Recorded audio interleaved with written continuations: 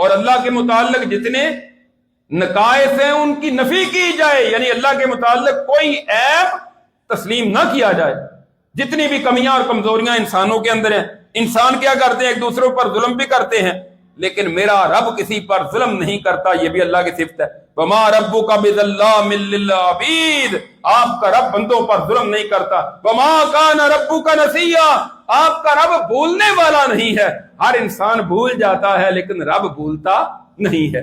ہر قسم کے عیب سے اللہ کو پاک مبرہ تسلیم کیا جائے، اور صفات کے متعلق جو عقیدہ ہے ان صفات کو حقیقی طور پر تسلیم کیا جائے، اور پھر اللہ کی مخلوق سے صفات و افعال میں مشابہت نہیں، یعنی اللہ بھی دیکھتا ہے ہم بھی دیکھتے ہیں، لیکن ہمارا دیکھنا اللہ جیسا نہیں ہو سکتا۔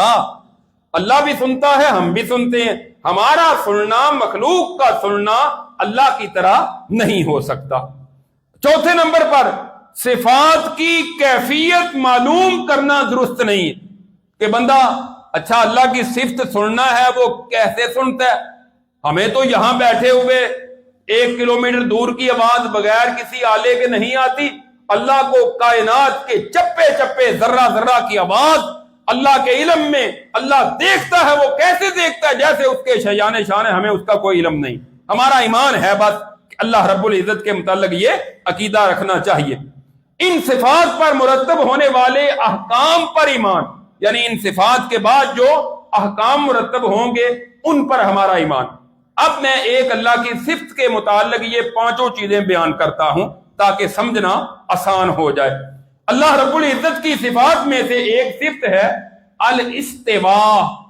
اللہ رب العزت مستوی ہے، قرآن نے کئی جگہ ذکر کیا ہے اس صفت کا۔ الرحمن علی العرش استوى، رحمان عرش پر مستوی ہے۔ اب شرعی نصوص میں اللہ کی الاستواء والی صفت جو ہے یہ موجود ہے، ہمارا اس پر ایمان ہے کہ اللہ عرش پر مستوی ہے۔ عرش کہاں ہے؟